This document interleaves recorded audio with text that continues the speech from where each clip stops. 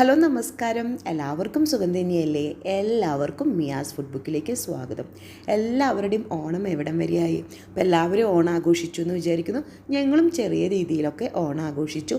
അപ്പോൾ ഇന്നത്തെ വീഡിയോയിൽ എങ്ങനെയാണ് ഞങ്ങൾ ഓണം ആഘോഷിച്ചത്, എന്തൊക്കെ കറികളാണ് ഉണ്ടാക്കി എന്നതാണ് ഇന്നത്തെ വീഡിയോയിൽ പറയുന്നത്. അപ്പോൾ ഞാൻ പായസങ്ങളടക്കം 19 തരം ആണ് ഞാൻ ഉണ്ടാക്കിയിട്ടുണ്ടായിരുന്നത്. അപ്പോൾ അതെങ്ങനെയാണ് പ്രിപ്പയർ ചെയ്തത്, അതിൻ്റെ എന്തൊക്കെയാണ് പ്ലാൻ ചെയ്തത്, അതുപോലെ തന്നെ ഞങ്ങൾ എങ്ങനെയാണ് സെലിബ്രേറ്റ് ചെയ്തത്, അതെല്ലാം ഞാൻ ഈ വീഡിയോയിൽ ഇൻക്ലൂഡ് ചെയ്യാൻ ശ്രമിച്ചിട്ടുണ്ട്. അപ്പോൾ വീഡിയോ ഫുള്ളായി കണ്ടതിന് ശേഷം നിങ്ങൾക്ക് വീഡിയോ ഇഷ്ടപ്പെടുകയാണെന്നുണ്ടെങ്കിൽ ലൈക്ക് ചെയ്യാനും അതുപോലെ തന്നെ നിങ്ങളുടെ ഫാമിലിക്കും ഫ്രണ്ട്സിനും ഷെയർ ചെയ്യാനും മറക്കരുത്. അപ്പോൾ നമുക്ക് വീഡിയോയിലോട്ട് പോകാം.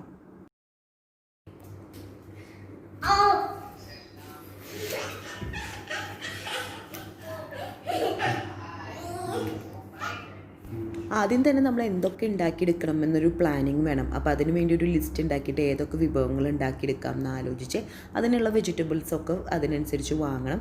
അതുപോലെ തന്നെ നേരത്തെ ഉണ്ടാക്കിയെടുക്കാൻ പറ്റുന്ന പുളിഞ്ചി, അച്ചാർ, കായ വറുത്തത്, ശർക്കര ഉപ്പേരി ഞാൻ ഓൾറെഡി നേരത്തെ തന്നെ ഉണ്ടാക്കി വെച്ചു.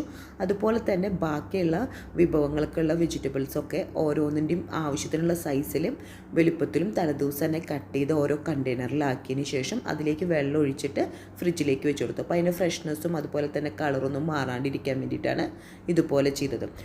ഓണത്തിൻ്റെ അന്ന് ബ്രേക്ക്ഫാസ്റ്റിനായിട്ട് നേന്ത്രപ്പഴം പുഴുങ്ങിയതായിരുന്നു. അപ്പോൾ അതിന് വേണ്ടി 4 നേന്ത്രപ്പഴം കഴുകിയെടുത്തതിന് ശേഷം 3 കഷ്ണങ്ങളാക്കിയിട്ട് ഒരു നേന്ത്രപ്പഴം കട്ട് ചെയ്തെടുത്ത് അതിലേക്ക് ഒരു അച്ചു വെള്ളവും 1/4 ഗ്ലാസ് വെള്ളവും ഒഴിച്ച് കുക്കറിൽ വിസിലിടാണ്ട് മീഡിയം ഫ്ലെയിമിൽ ഒരു 2-3 മിനിറ്റ് ആവി വന്നതിന് ശേഷം വിസിലിട്ട് കൊടുത്ത് അതിൻ്റെ നല്ല പ്രഷർ വരുന്ന ടൈമിൽ സ്റ്റവ് ഓഫ് ചെയ്തതിന് ശേഷം അതിൻ്റെ പ്രഷർ മാറി വന്നപ്പോൾ അതിലത്തെ വെള്ളത്തിൻ്റെ അംശം വറ്റിച്ച് എടുക്കുകയാണ് ചെയ്തത്. അതുപോലെ തന്നെ പപ്പടം വറുക്കാൻ വേണ്ടിയിട്ട് ഓയിൽ ചൂടായി വന്നപ്പോൾ അതിലേക്ക് ഓരോ പപ്പടമായിട്ട് വറുത്തെടുത്തു, പിന്നെ ചായയും.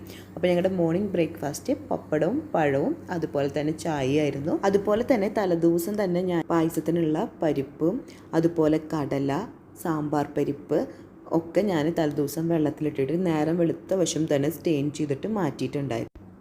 ആദ്യം തന്നെ അവിയൽ ഉണ്ടാക്കിയെടുക്കാൻ വേണ്ടിയിട്ട് വെജിറ്റബിൾസും ഒരു 4 പച്ചമുളകും 1/4 ഗ്ലാസ് വെള്ളം ഒഴിച്ചിട്ട് ഒരു പാനിലേക്ക് വെച്ച് കൊടുത്തിട്ട് ഒരു മീഡിയത്തിൻ്റെയും ലോയുടെയും ഫ്ലെയിമിൻ്റെ ഇടയിൽ വെച്ച് കൊടുത്ത് അത് ഒന്ന് ചെറുതായി ഒന്ന് കുക്കായി വരുമ്പോൾ അതിലേക്ക് ഉപ്പും മഞ്ഞൾപ്പൊടിയും ചേർത്ത് കൊടുത്തു. കാളിന് വേണ്ടിയിട്ടുള്ള നേന്ത്രക്കായും പച്ചമുളകും 1/4 ഗ്ലാസ് വെള്ളം വെച്ചിട്ട് വേവിക്കാൻ വെച്ചിട്ടുണ്ട്. കടല കുക്കറിൽ വേവിച്ചെടുത്തതിന് ശേഷം അതിൻ്റെ പ്രഷർ മാറി വന്നപ്പോൾ അതിലേക്കുള്ള വെജിറ്റബിൾസ് 1/4 ടീസ്പൂൺ ഉപ്പും പൊടി, അതുപോലെ 1/4 ടീസ്പൂൺ മഞ്ഞൾപ്പൊടി, 1/4 ടീസ്പൂൺ കുരുമുളക് പൊടി, 1/4 ടീസ്പൂൺ മുളകും പൊടി ഇട്ടിട്ട് കുക്കറിൽ ഒരു വിസിലിന് വേണ്ടിയിട്ട് വെച്ച് കൊടുത്തു. ഇതിലേക്ക് എല്ലാത്തിനും വേണ്ടിയിട്ട് തേങ്ങയും അതുപോലെ തന്നെ നല്ല ജീരകവും ഒന്ന് ചതച്ചെടുത്തു. അതിനുശേഷം അവിയലിൻ്റെ വെജിറ്റബിൾസൊക്കെ ഒന്ന് വെന്ത് വന്നു, അതുപോലെ തന്നെ വെള്ളത്തിൻ്റെ അംശം വറ്റി വന്ന ടൈമിൽ ഇതിലേക്ക് 2 വലിയ പിടി തേങ്ങയും നല്ല ജീരകവും കൂടി ചതച്ചെടുത്തതും ചേർത്ത് കൊടുത്തിട്ട് 2-3 മിനിറ്റ് നന്നായിട്ടൊന്ന് കുക്ക് ചെയ്തെടുത്തു. അതുപോലെ തന്നെ 2 തണ്ട് കറിവേപ്പിലയും കൂടിയും ചേർത്ത് കൊടുത്തിട്ടുണ്ടായിരുന്നു. ആ കുക്ക് ചെയ്തെടുത്തതിന് ശേഷം ഇതിലേക്കൊരു 2-3 ടേബിൾ സ്പൂൺ തൈര്, അത് പുളിക്കനുസരിച്ച് കൂട്ടോ കുറയ്ക്കുകയോ ചെയ്യാം, അതും കൂടി ചേർത്ത് കൊടുത്തു. അതുപോലെ തന്നെ സ്റ്റവ് ഓഫ് ചെയ്ത് കൊടുത്തു. പച്ച വെളിച്ചെണ്ണ ഒരു 2 ടേബിൾ സ്പൂണും കൂടി ഒഴിച്ചിട്ട് ഒന്ന് മിക്സ് ചെയ്തതിന് ശേഷം മൂടി വെക്കുകയാണ്. നേന്ത്രക്കായ പകുതി കുക്കായ ടൈമിൽ അതിലേക്ക് ഉപ്പും പൊടിയും അതുപോലെ തന്നെ മഞ്ഞൾപ്പൊടി ഇട്ടു. ഇപ്പോൾ നേന്ത്രക്കായ ഫുള്ളായി വെന്ത് വന്നിട്ടുണ്ട്. ഇതിലേക്കുള്ള അരപ്പ് തേങ്ങയും നല്ല ജീരകവും കൂടി അരച്ചിട്ടുള്ള അരപ്പ് ചേർത്ത് കൊടുക്കുകയാണ്. അതൊന്ന് കുക്കായി വരുന്ന ടൈമിൽ തന്നെ അതിലേക്ക് ആവശ്യത്തിനുള്ള തൈര്, ചെറിയൊരു പുളിക്ക് വേണ്ടി ഒരു 2 ടീസ്പൂൺ തൈര് ചേർത്ത് കൊടുക്കുന്നുണ്ട്. കുറച്ച് കുരുമുളക് പൊടിയും ചേർത്ത് കൊടുത്തിട്ട് അതൊന്ന് കുക്ക് ചെയ്തിട്ട് അത് ഫുള്ളായിട്ടൊന്ന് കുറുക്കിയെടുക്കുകയാണ്. പൈനാപ്പിൾ പച്ചടി ഉണ്ടാക്കാൻ വേണ്ടിയിട്ട് ഉപ്പും മഞ്ഞളും മുളകും പൊടി ഇട്ടിട്ട് വേവിച്ചെടുത്ത പൈനാപ്പിളിലേക്ക് തേങ്ങ, പഞ്ചസാര, പച്ചമുളക്, നല്ല ജീരകം കൂടിയിട്ട് അരച്ചെടുത്ത അരപ്പ് ചേർത്ത് കൊടുക്കുകയാണ്. അതുപോലെ തന്നെ 1/4 ടീസ്പൂൺ കടുകും കൂടിയും ചതച്ചിട്ടും കൂടിയും ചേർത്ത് കൊടുത്തിട്ട് നന്നായിട്ടൊന്ന് കുക്ക് ചെയ്തെടുത്തതിന് ശേഷം അത് കുക്കായി വന്നതിന് ശേഷം വേണം അതിലേക്ക് തൈര് ചേർത്തിട്ട് അതൊന്ന് മിക്സ് ചെയ്തിട്ട് നീക്കി വയ്ക്കാൻ വേണ്ടിയിട്ട്. ക്യാരറ്റ് കിച്ചടി ഉണ്ടാക്കിയെടുക്കാൻ വേണ്ടിയിട്ട് ക്യാരറ്റ് 1.5 ക്യാരറ്റ് ഗ്രേറ്ററിൽ വെച്ചൊന്ന് ഗ്രേറ്റ് ചെയ്തെടുത്തതിന് ശേഷം ഒരു ബൗളിലേക്ക് ഇട്ട് കൊടുത്തു. തേങ്ങ, നല്ല ജീരകം, പച്ചമുളക്, അതുപോലെ തന്നെ ആവശ്യത്തിനുള്ള ഉപ്പും തൈരും ചേർത്ത് നന്നായിട്ട് പേസ്റ്റ് പോലെ അടിച്ചെടുത്തിട്ട് നമുക്കത് ആ മിക്സ് ഇതിലേക്ക് ചേർത്ത് കൊടുത്തിട്ട് നന്നായിട്ട് ഒന്ന് മിക്സ് ചെയ്തെടുക്കാം. അപ്പോൾ ഇത് പിന്നെ ഞാൻ കുക്ക് ചെയ്തെടുക്കാറില്ല, പിന്നെ താളിച്ചെടുക്കുക മാത്രമേ ചെയ്യാറുള്ളൂ. എരിശ്ശേരി ഉണ്ടാക്കിയെടുക്കാൻ വേണ്ടിയിട്ട് മത്തങ്ങയും പയറും മിളക്, ഉപ്പ് കൂടിയിട്ടിട്ട് ഒരു കഷ്ണം വെള്ളം ഇട്ടിട്ട് വേവിച്ചെടുത്തതിലേക്ക് തേങ്ങയും നല്ല ജീരകം കൂടിയിട്ട് ചതച്ചെടുത്തത് കൂടി ചേർത്ത് കൊടുത്തിരിക്കുന്നുണ്ട്. അതുപോലെ തന്നെ ഇതിലേക്ക് വേണ്ടിയിട്ട് തേങ്ങ കൊത്തിയിട്ട് വറുക്കുകയാണ് ഓയിലിൽ. അപ്പോൾ ഒരു കുറച്ചും കൂടി ടേസ്റ്റ് ഉണ്ടാവും. അപ്പോൾ അത് കുക്ക് ചെയ്തെടുത്തതിന് ശേഷം തേങ്ങ കൊത്തി വറുത്തതും കൂടി ഇട്ടിട്ട് നന്നായി ഒന്ന് തിള വരുന്നതോട് കൂടി സ്റ്റവ് ഓഫ് ചെയ്തിട്ട് കടുക് പൊട്ടിച്ചെടുക്കുകയാണ് ചെയ്തത്. ഓയിലിലേക്ക് കടുക് താളിച്ചിട്ട് അതുപോലെ വറ്റൽമുളകും കറിവേപ്പിലയും ഇട്ട് കൊടുത്തിട്ടുണ്ട്. അപ്പോൾ കുറച്ചധികം തന്നെ താളിച്ചെടുത്തതിന് ശേഷം നമ്മുടെ പച്ചടിയിലേക്കും കിച്ചടിയിലേക്കും കാളനയിലേക്കും ചേർത്തിട്ട് മിക്സ് ചെയ്ത് കൊടുക്കണം. അപ്പോൾ 3ലേക്കും കൂടിയിട്ട് ഒരുമിച്ചാണ് ഉണ്ടാക്കിയെടുത്തത്. അപ്പോൾ 3ലേക്കും ഒഴിച്ചു കൊടുത്തതിന് ശേഷം ഒരു സ്പൂൺ വെച്ചിട്ട് നന്നായിട്ടൊന്ന് മിക്സ് ചെയ്ത് കൊടുക്കുക. കൂട്ടുകറിയിലേക്കുള്ള കഷ്ണങ്ങൾ ഇട്ടിട്ട് കുക്കറിൽ വേവിച്ചെടുത്തത് റെഡിയായി വന്നിട്ടുണ്ട്. അത് കയ്യിൽ വെച്ച് നന്നായിട്ട് ഇളക്കി കൊടുക്കാൻ. അപ്പോൾ അതിലേക്ക് ഒരു 1/4 അച്ച് വെള്ളം കൂടിയും ചേർത്ത് കൊടുത്തിട്ടുണ്ടായിരുന്നു നേരത്തെ തന്നെ. ഒരു പാനിലേക്ക് ഓയിൽ ഒഴിച്ചിട്ട് കടുക് പൊട്ടിച്ച് വറ്റൽമുളകും വേപ്പിലും ഇട്ട് കൊടുത്തതിന് ശേഷം നമ്മൾ വേവിച്ചെടുത്തിട്ടുണ്ടായിരുന്ന കൂട്ടുകറി ഇതിലേക്ക് ചേർത്ത് കൊടുക്കുകയാണ്. അതിന് ശേഷം നന്നായിട്ടൊന്ന് മിക്സ് ചെയ്തെടുക്കുകയാണ്. ഇതിലേക്ക് തേങ്ങ നല്ല ജീരകം കുറച്ചും ചേർത്തിട്ട് ഒരു അരപ്പുണ്ടാക്കിയിട്ട് അരപ്പും കൂടി ഇതിലേക്ക് ചേർത്ത് കൊടുത്തിട്ട് നന്നായിട്ടൊന്ന് മിക്സ് ചെയ്തെടുക്കുകയാണ്. അപ്പോൾ നന്നായിട്ട് അതൊന്ന് കുക്കായി വരുന്ന ടൈമിൽ തേങ്ങ വറുത്തെടുക്കുന്നുണ്ട്. അപ്പോൾ അതൊരു അരമുറിയുടെ അടുത്ത് തന്നെ തേങ്ങ വറുത്തെടുത്തതും കൂടി ഇതിലേക്ക് ചേർത്ത് കൊടുത്തിട്ട് അതൊന്ന് മിക്സ് ചെയ്തെടുക്കുക. അപ്പോൾ നമ്മുടെ കൂട്ടുകറിയും റെഡി ആയിട്ടുണ്ട്.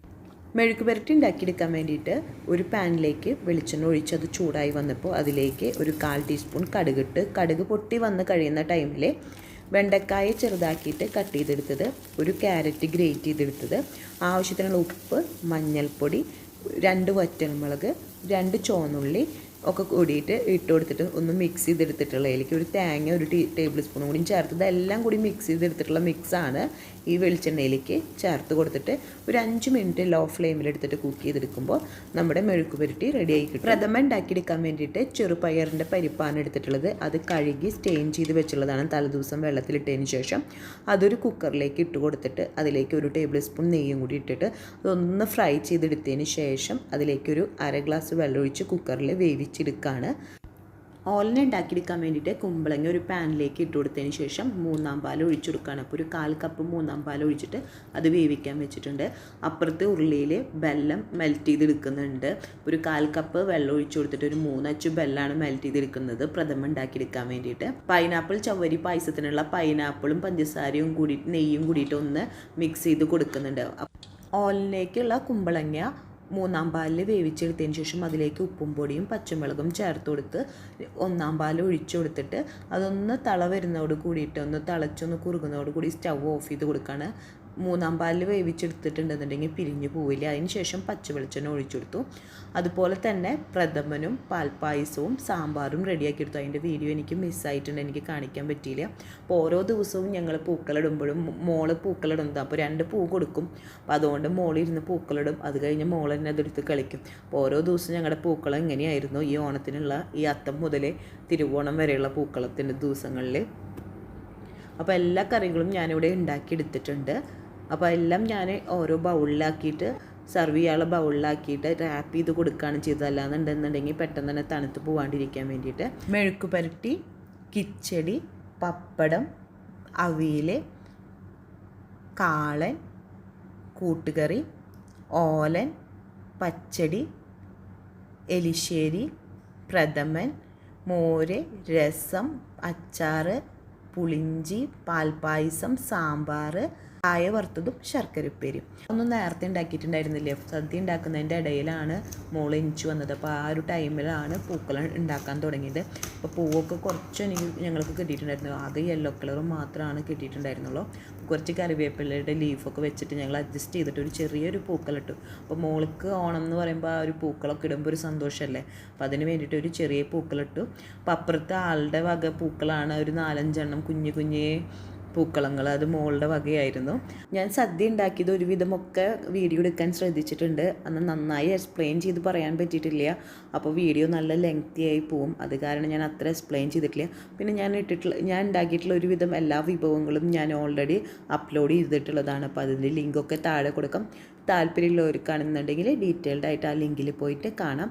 എല്ലാവർക്കും ഹാപ്പി ഓണം. ഞങ്ങളുടെ ഈ കുഞ്ഞ് ഓണം സെലിബ്രേഷൻ നിങ്ങൾക്ക് എല്ലാവർക്കും ഇഷ്ടമായി എന്ന് വിചാരിക്കുന്നു. അടുത്ത ദിവസം പുതിയ വെറൈറ്റി റെസിപ്പി ആയിട്ട് വീണ്ടും വരാം. Thanks for watching. ബൈ.